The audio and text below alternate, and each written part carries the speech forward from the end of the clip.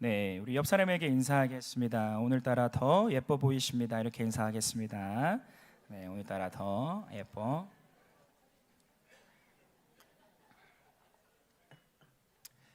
칭찬은 받아들이면 돼요. 네. 제가 20살 초반인가요? 자존감이 참 낮을 때가 있었는데, 자존감이 낮으면 나타나는 특징이 뭔지 아세요? 칭찬을 못 받아들여요. 누군가, 제가 기타를 치고 있었거든요. 한 목사님이 오셔가지고 저한테 와, 기타 진짜 잘 치네요 이랬단 말이에요. 그러면 제가 뭐라고 대답하면 되죠? 감사합니다 하면 되잖아요. 제가 뭐라고 대답할게요? 아닌데요 라고 대답했어요. 네. 근데 돌이켜보니까 제가 자존감이 참 낮은 거더라고요. 그냥 칭찬해주면 뭐 하면 되는데 받아들이면 제가 공부를 나름대로 좀 했습니다. 그래서 누군가 물어보면 너 시험 잘 쳤어? 물어보면 저 잘 친 적 많거든요. 그럼 뭐라고 대답하면 돼요? 나 잘 쳤어 하면 되잖아요. 근데 저 늘 뭐라고 대답했을까요? 아이 뭐 그냥 쳤지 뭐. 그래서 제가 그때 그걸 깨닫고 대학교 때는 제가 어떻게 했는 줄 아세요? 잘 쳤어? 잘 쳤어. 그러니까 오히려 물어본 애가 당황을 하더라고. 뭘 기대하고 물어본 건지 모르겠는데 한 번 더 할 때요, 너 오늘따라 예뻐 보인다 이렇게 인사할 때요, 아멘 하시면 됩니다. 아멘. 자, 한 번 더 하겠습니다. 시작. 오늘따라 예뻐 보입니다. 받아들이면 되거든요. 아멘 하고요. 네, 웃음꽃이 피는 거 너무 좋습니다. 여러분, 오늘 사도행전 28장 30절 31절은 사도행전의 맨 마지막 구절인데요, 바울이 이렇게 설명하고 있습니다. 자기 셋집에 머물면서 자기에게 오는 사람을 다 뭐하고? 영접하고 뭐 했나요? 하나님의 나라를 뭐하며? 전파하며 예수 그리스도에 관한 모든 것을 담대하게 거침없이 뭐하더라? 가르치더라. 여러분, 바울의 별명이 있습니다. 바울의 별명은 처치 메이커입니다. 처치 빌더죠. 무슨 뜻일까요?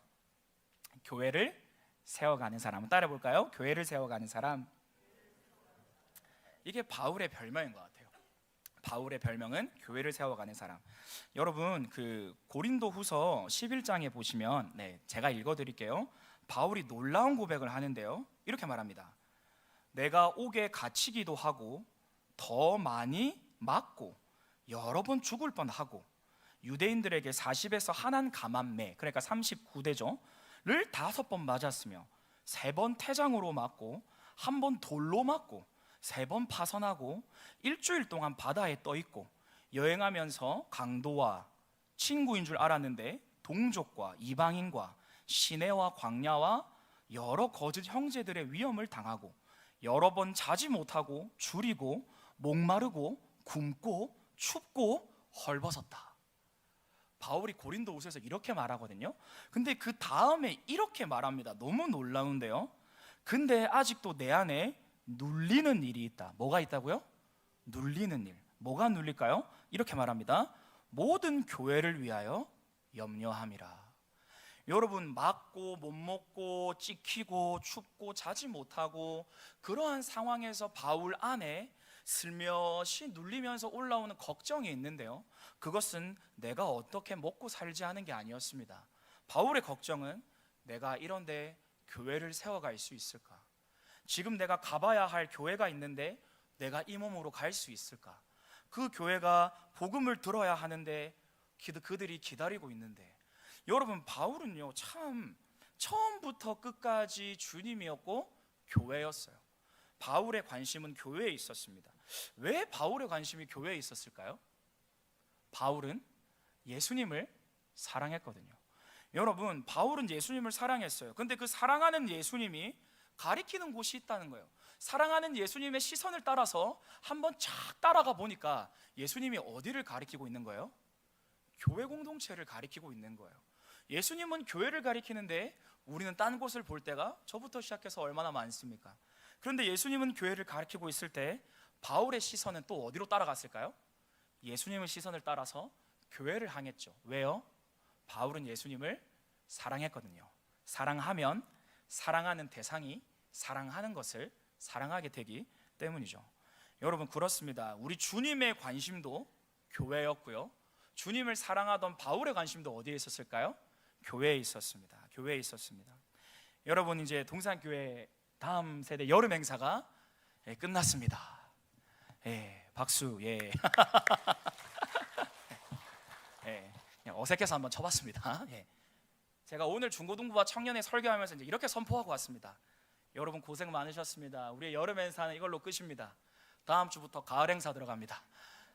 가을 행사 준비하고 가을에 또 뜨겁게 주님 만나고 이렇게 하면 가을 행사를 선포하고 왔는데, 한 2년 전인가요? 코로나가 좀 왔을 때 그때 사역을 계획하면서 제가 조금 정신없는 짓을 제가 좀 했거든요. 그게 뭐냐면 6주 동안 수련회를 만들었어요. 중고등부 수련회, 청년회 수련회, 중고등부 비전 트립, 청년회 비전 트립, 공동체 막 6주 동안 한 번 걸려라. 바쁜 사람 다 와서 한 번 걸려서 은혜 받으면 된다 해가지고 한 2년 전에 6주 동안 왁 달리고 나서 또 겨울도 한 5주 동안 수련회 한 5개 만들어가지고 싹 달렸거든요. 달리고 나서 분위기 좋고 반응 좋았거든요. 근데 작년에 또 그렇게 하면 되는 줄 알고 똑같이 했습니다. 작년 끝나고 나서요, 일단 저부터 너무 힘들었어요. 따라오는 청년들 너무 힘들어했어요. 따라오는 중고등부들 어떻게 했을까요? 너무 힘들어했어요. 기쁨이 없더라고요. 수련회 끝났는데 안 기쁘더라고. 했는데 힘만 들더라고. 탈진. 그러니까 애써 기쁜 척 했습니다. 근데 이번 여름 사역 딱 끝나니까요, 제 표현으로요, 타오르는 불이 있는 게 아니라요, 잔잔한 평안이 있습니다. 제가 중고등부 아이들과 청년들한테도 물어봤거든요. 어떠냐? 그러니까 다들 좋고 재밌었대요. 다행이다. 그러면서 그 하나님의 이야기를 하는데요, 타오르는 불은 없어요. 막 불처럼 막 타오르지 않아요. 그런데 성령님이 이번 여름 어떻게 역사하셨냐면, 잔잔한 그 평안, 쉼, 그 가운데서 말씀하시는 하나님으로 이번 여름에 다가와 주신 것 같아서 너무나도 감사합니다. 여러분의 중보와 여러 찬조와 응원이 있었기 때문에 가능했죠. 그런데 제가 중고등부 아이들과 청년들 수련회에서 제가 이 마음을 공유했습니다. 얘들아, 너네가 지금 출석하고 있는 이 동산교회가 결코 갑자기 그냥 아무 헌신과 노력 없이 만들어진 것이 아니다 라고 하면서요, 교회를 향한 하나님의 마음을 조금 공유했습니다. 그러면서요, 너희가 이 동산교회에서 배웠던 하나님을 믿는 신앙, 이 공동체로 함께 가는 정신, 하나님 앞에 순종하고자 하는 그 정신을 이어가는 공동체가 되었으면 좋겠다 라고 말했어요. 여러분들 한번 지금 옆을 한번 둘러보시죠. 한번 둘러보시죠. 순종이 제사보다 낫다. 한번 둘러보시죠. 몇 년 친구입니까? 몇 년 알고 계셨어요? 기본이 한 10단위, 20단위죠. 대단하십니다. 그 말은 다른 말로 하면 뭐예요? 그 오랜 시간 동안 울고불고 하면서 웃고 하면서 이 동산교회 공동체를 뭐 하셨다? 지켜오셨다는 말이잖아요. 그거를 딱 설명했어요. 장로님 찾아오셔가지고 과자 사들고 찾아오고, 닭강정 사들고 찾아오시고, 부장 집사님 찾아오셔서 아이스크림 쏘고 하면서 애들한테 말했어요. 얘들아, 너희들이 진짜 생각보다 안 예쁘다. 근데 하나님은 은혜 주시면 니들이 귀해 보이는데, 나도 은혜 없을 때 니들 좀 안 예뻐 보이거든. 근데 어른들은 오죽하겠냐. 근데 왜 이분들이 왜 이렇게까지 할까? 제가 이렇게 말했어요.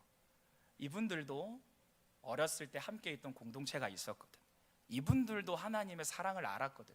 먼저 한 사람들로서 이 공동체가 이어가기를 원하는 마음으로 한 분 한 분 응원해 주시고 사랑해 주시는 거다라는 그 강의를 하면서 아이들에게 말했던 적이 있습니다. 그리고 소그룹 돌리고 아이들도 많은 간증이 나오더라고요. 당연한 줄 알았는데 당연한 게 아니었어요. 감사해요. 막 이렇게 막 하나님 또 그렇게 역사하셨더라고요. 너무 감사하더라고요. 그러면서 제가 또 이렇게 말했어요. 얘들아, 너희들이 교회에서 인사하시는 어른들 있지?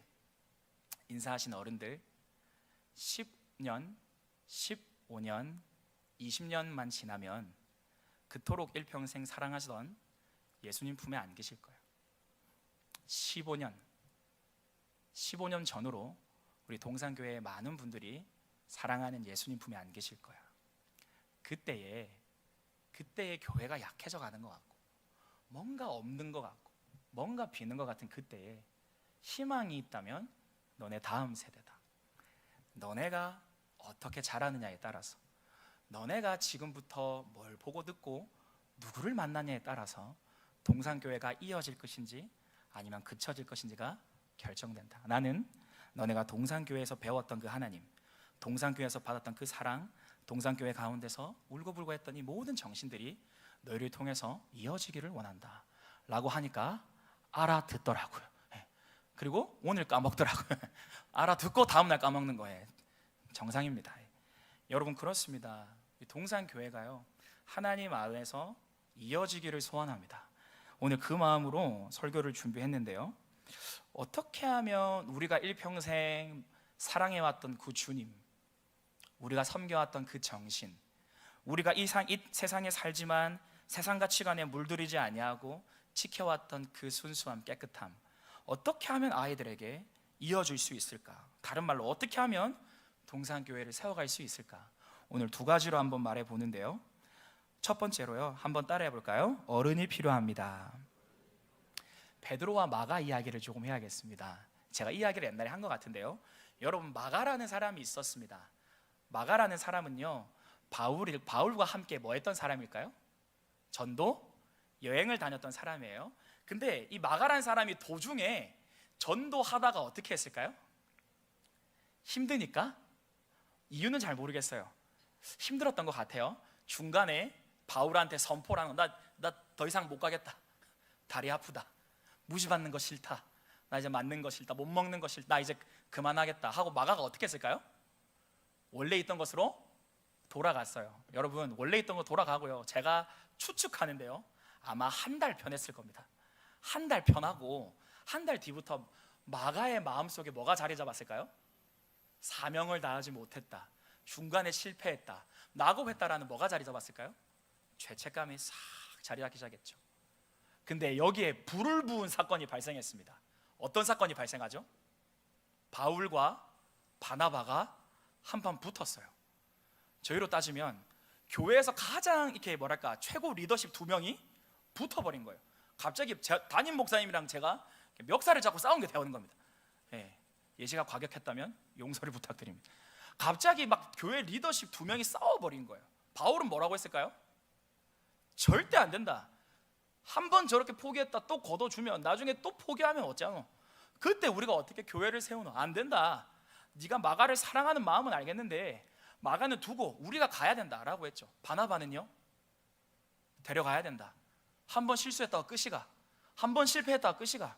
이때 교회가 사랑 아니면 누가 감싸주노? 이러면서 막 붙었단 말이에요. 결국 바울과 바나바가 어떻게 됐어요? 갈라섰어요. 네 쪼대로 해라. 전문용 아십니까? 니는 네 알아서 해라, 나는 내 알아서 할게 해가지고 바울과 바나바가 갈라서가지고 그렇게 갑니다.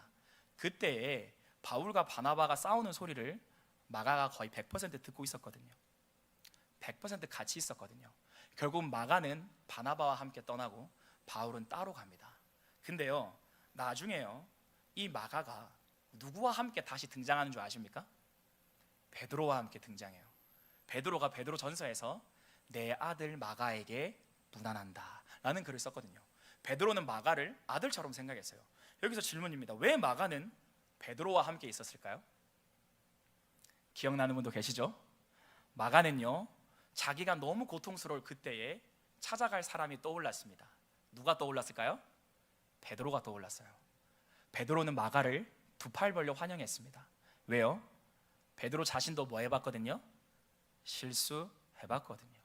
예수님 3번 부인해봤거든요. 예수님 필요할 때 예수님 곁 떠나봤거든요. 복음 전하다가 너무 힘들어서 도망쳐봤거든요. 그게 베드로의 아픔이었거든요. 베드로의 눈물이었거든요. 그런 베드로에게 실패하고 포기한 것 같은 마가가 찾아왔을 때 베드로는 어떤 마음이었을까요? 절대 끝이 아니야 하고 공감하는 마음으로 그 마가를 안아줬던 거죠. 그래서 마가는 누구와 함께 사역했을까요?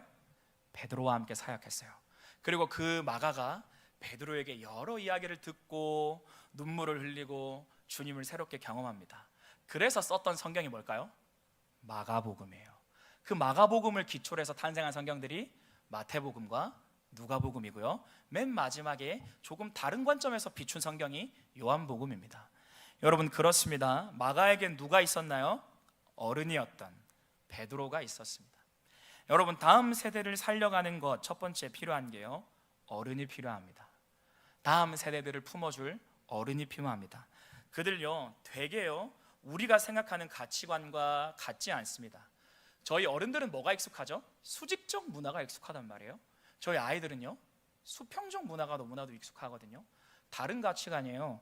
저희 어른들은 어떤 세계관에 익숙하죠? 모더니즘 세계관에 익숙해요. 그게 뭐예요? 아주 절대적인 기준이 있단 말이에요. 저희 아이들은 어느 세계관에 익숙하죠? 포스트 모더니즘에 익숙합니다. 기준이 없습니다. 너도 맞고 나도 맞아요. 네가 나한테 피해를 주지만 않는다면 너도 인정해 줄게. 너도 나를 인정해 줘. 내 생각이 맞아. 내 감정이 맞아. 너 생각도 맞고 네 감정도 맞아. 네 태도가 맞아. 네 자세가 맞아. 내 태도가 맞아. 나도 맞아. 다 맞아. 절대적인 기준이 없어. 근데 절대적인 기준이신 하나님이 어떻게 들어가겠어요?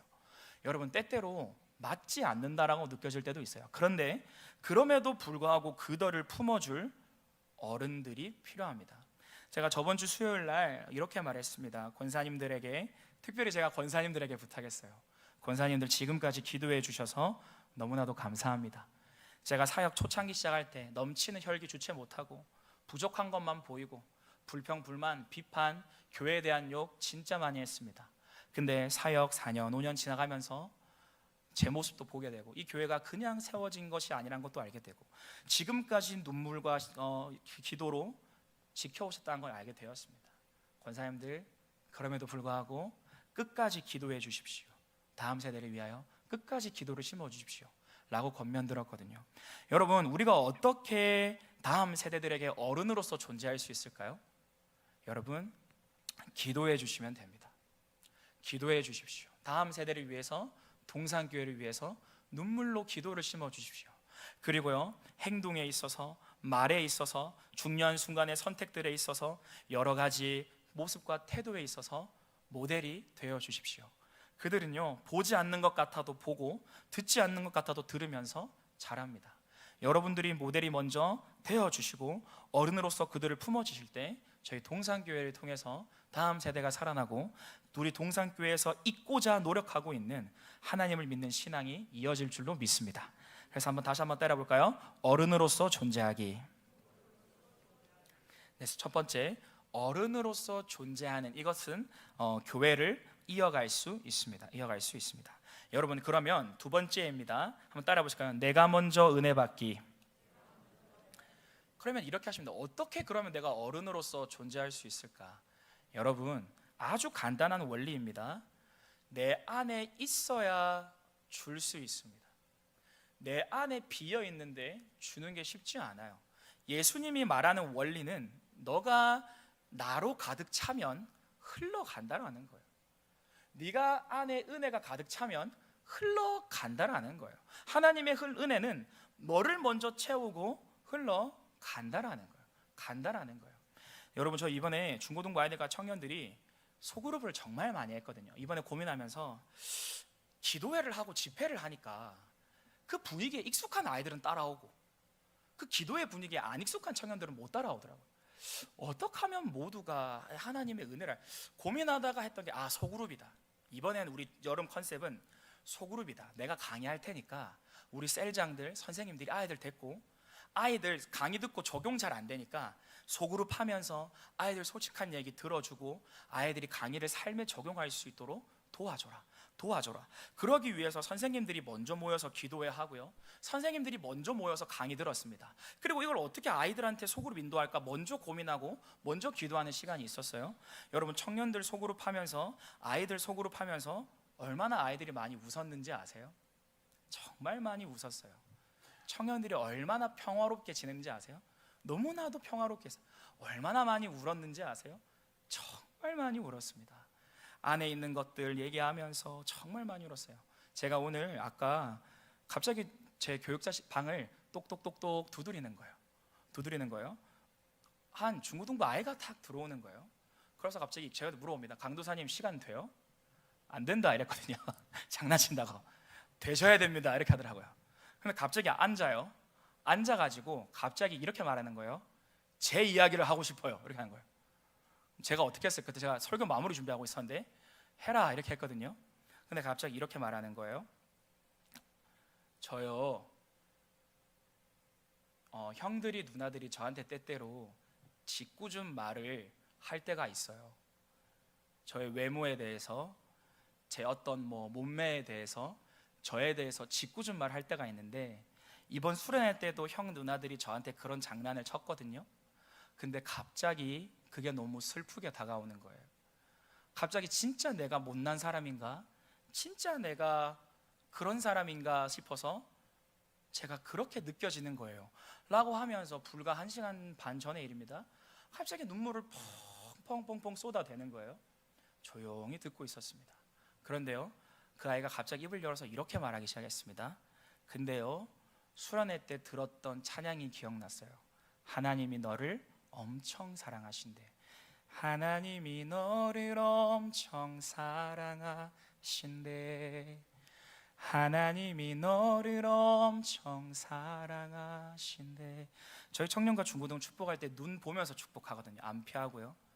원래 인간은 이런 존재야. 눈을 피하는 존재가 아니야. 서로의 눈을 마주 볼 수 있는 존재야. 이거 막 연습시키거든요. 근데 그 찬양이 생각나면서 마치 갑자기 이렇게 고백하는 거예요. 근데 이 찬양이 생각나가지고요, 제가 하나님은 나의 이 마음을 알아주는구나, 하나님은 내 편이구나 라고 하는 마음에 제가 많이 울고 그렇게 하다가 지금 찾아왔어요. 근데 제가 이 이야기를 하고 싶었어요. 하고 나서 가는 거예요. 이야기를 끝났을 때 조용히 안아줬습니다. 하나님, 고백 들으셨죠? 하나님을 향한 이 고백, 이 사랑, 경험했던 이 마음 이어지게 하여 주시옵소서. 용기 내서 말했습니다. 이 고백 받아 주시옵소서. 그러고 돌아가가지고 웃고 있더라고요. 여러분, 이렇게 말하고 싶습니다. 하나님이 그 아이 가운데 역사하시고 하나님이 그 아이 가운데 임재하신 건 맞습니까? 아멘이죠. 감히 어떤 누가 하나님이 내 마음이 알아주실 거야, 그분은 나의 편이 되어 주실 거라 라는 거요, 저희가 백날 천날 심어도 안 배워요. 근데 하나님이 그 마음에 만지시고 여시니까 그거 하나가 그 아이의 마음에 심기는 거예요. 어쩐지 어제 내려오면서 스타렉스 뒤에서 계속 울고 있더라고요. 제가 왜 우나 싶었거든요. 하나님이 그 아이의 마음을 만지시던 순간이었던 것 같아요. 근데 저는 오늘 이 관점으로요, 그러기 위해서 정말 노력해준 교사들이 있었습니다.